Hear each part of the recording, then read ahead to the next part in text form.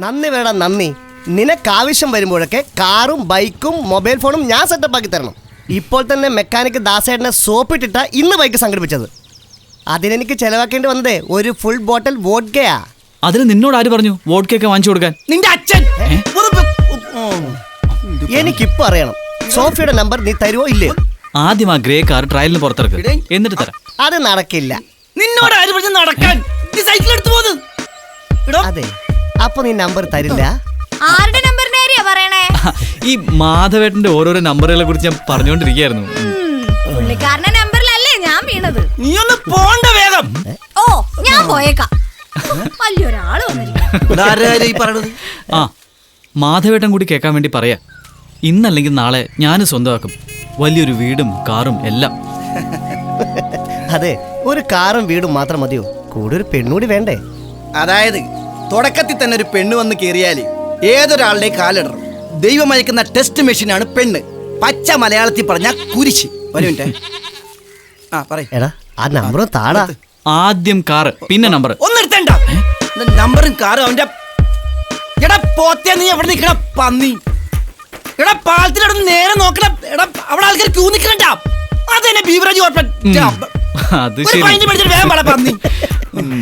സംസാരിച്ചൊരു പുള്ളിന്റെ ആശു പോയി. അങ്ങോട്ട് കഴിക്കും. കാറും ഞാൻ പറയണൊന്നും.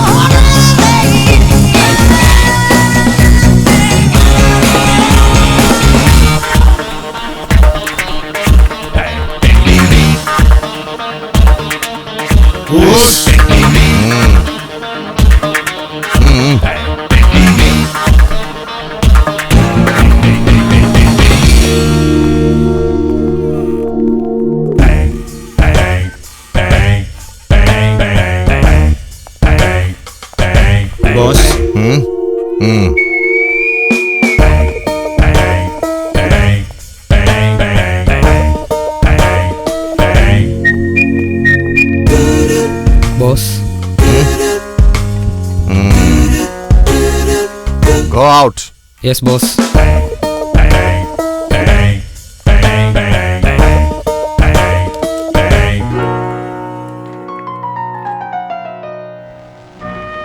രാജുമോൻ ഒരിക്കൽ എന്നോട് ചോദിച്ചു, അങ്കിളിന്റെ ഫാദർ ആരാണ്? ഞാൻ പറഞ്ഞു, ഒരു രാജാവാണെന്ന്. കിരീടവും ചെങ്കോലും സിംഹാസനമുള്ള ഒരു രാജാവ്. പിന്നീട് എന്നെ കാണുമ്പോൾ അവൻ കളിയാക്കി വിളിക്കുമായിരുന്നു, പ്രിൻസ്, രാജകുമാരൻ, രാജാവിന്റെ മകൻ. Yes, now I am a prince. കിരീടവും ചെങ്കോലുമുള്ള ഒരു അധോലോക രാജാവ്. Right?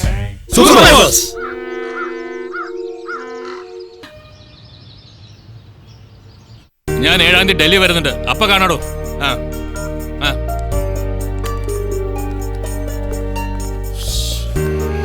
അച്ഛാ, മെഡിസിൻ. ഓവർ സ്ട്രെയിൻ എടുത്ത് ചുമ്മാ BP കൂട്ടല്ലേ. ഒരു പാവം മന്ത്രിക്ക് BP കൂടാതെ ജീവിക്കാൻ പറ്റുമോ? ഓട് ചെല്ല്. ശരി. ഹലോ. സർ. ഹലോ. തീരുമാനം എന്തായി? എന്റെ തീരുമാനത്തിൽ മാറ്റമൊന്നുമില്ല. നിങ്ങൾ വിചാരിച്ചാൽ ഇപ്പോൾ പോലീസിന്റെ കസ്റ്റഡിയിലുള്ള 2 പ്രതികളെയും ECI മോചിപ്പിക്കാൻ കഴിയും. ഇംപോസിബിൾ. കുറ്റം ചെയ്തവർ ശിക്ഷിക്കപ്പെടുക തന്നെ ചെയ്യും. ആവേശം നന്നല്ല മിനിസ്റ്ററെ. ഞങ്ങളെ അനുസരിക്കാതിരുന്നാൽ ഭവിഷ്യത്ത് അറിയാലോ. നിർത്തട. ആരോട് നീ സംസാരിക്കുന്ന അറിയാവോ? സംസ്ഥാന ആഭ്യന്തരമന്ത്രിയോട്. കാക്കിയിട്ട് നിങ്ങളുടെ പോലീസുകാരൊപ്പം ഉണ്ടെന്ന് കരുതി നകളിക്കരുത്. എല്ലാ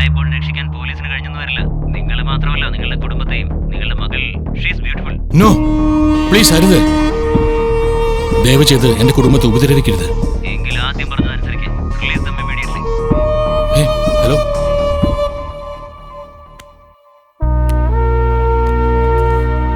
രാജ്യദ്രോഹ കുറ്റം ചുമത്തിയിരിക്കുന്ന 2 പ്രതികളെ മോചിപ്പിക്കണമെന്നാണ് അവരുടെ ആവശ്യം. But how can I? ഭീഷണിയാണിപ്പോ. നിയമം മറികടന്ന് എനിക്ക് ഒന്നും ചെയ്യാൻ കഴിയില്ല. എന്റെ മകളെ അവർ അപായപ്പെടുത്തുമെന്ന് പറയുന്നു. സർ, ഇന്റർനാഷണൽ കോൾസ് ആണ് വരുന്നത്. ട്രേസ് ചെയ്യാൻ കഴിയുന്നില്ല. DGPയുമായി നിരന്തരം ബന്ധപ്പെടുന്നുണ്ട്. അവർ ശക്തരാണെന്ന് എനിക്കറിയാം. പക്ഷേ ഇപ്പോ I am helpless. Let us face anyway. ഇവിടെയുള്ളവരോട് ഒന്നുകൂടി കോഷ്യസ് ആവാൻ പറയണം. മോളോട് എനിക്കിതൊന്നും പറയാൻ നിവൃത്തിയില്ല. Certainly she will get tensed. City പോലീസിനോട് അതീവ ജാഗ്രത പുലർത്താൻ പറയണം. ആരോട് ഇവിടെ വന്ന പുതിയ പോലീസ് കമ്മീഷണർ? കുര്യൻ ജോസഫ് പള്ളിക്കലാണ് സർ. ഇന്ന് ചാർജ് എടുക്കും.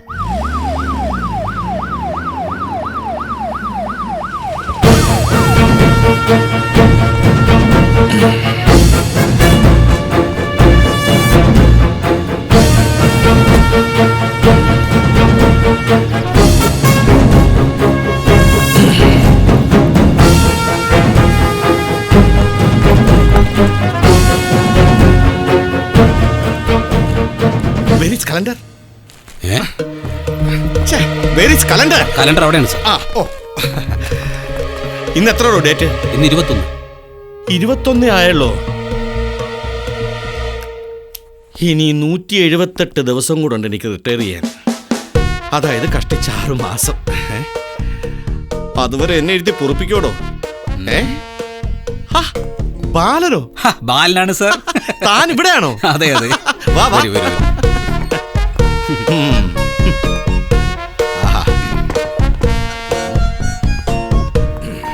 ഇരിക്കണോ? അയ്യോ വേണ്ട സർ. അല്ല സാറിന്റെ മക്കളൊക്കെ? ആണായിട്ടും പെണ്ണായിട്ടും ഒരു മോളല്ലേ ഉള്ളൂ. അവളങ്ങ് ദുബായിലാ. ഓ, കഴിഞ്ഞ മാസം ഞാനൊരു മുത്തച്ഛനായടോ. ഓ, എങ്ങനെയെങ്കിലും റിട്ടയർ ആയിട്ട് വേണം കുറച്ചു ദിവസം പേരക്കുട്ടിയോടൊപ്പം സുഖമായിട്ടൊന്ന് കഴിയാൻ. ഹലോ, നിങ്ങൾ ചാർജ് എടുത്തോ?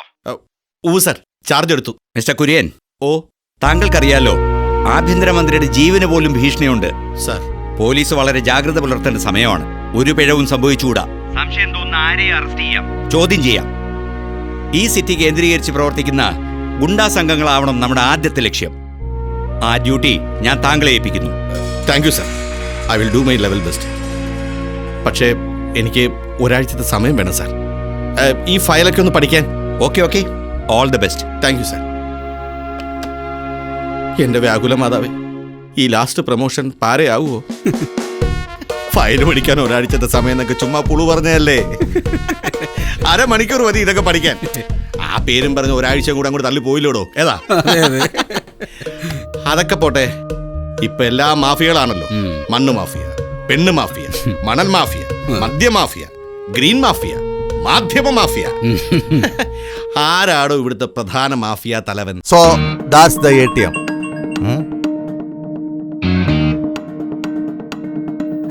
Village diamond shop. അപ്പൊ ഇന്ന് Tuesday, Wednesday, Thursday, Friday, Saturday. So boys, operation on Saturday. Get ready for it.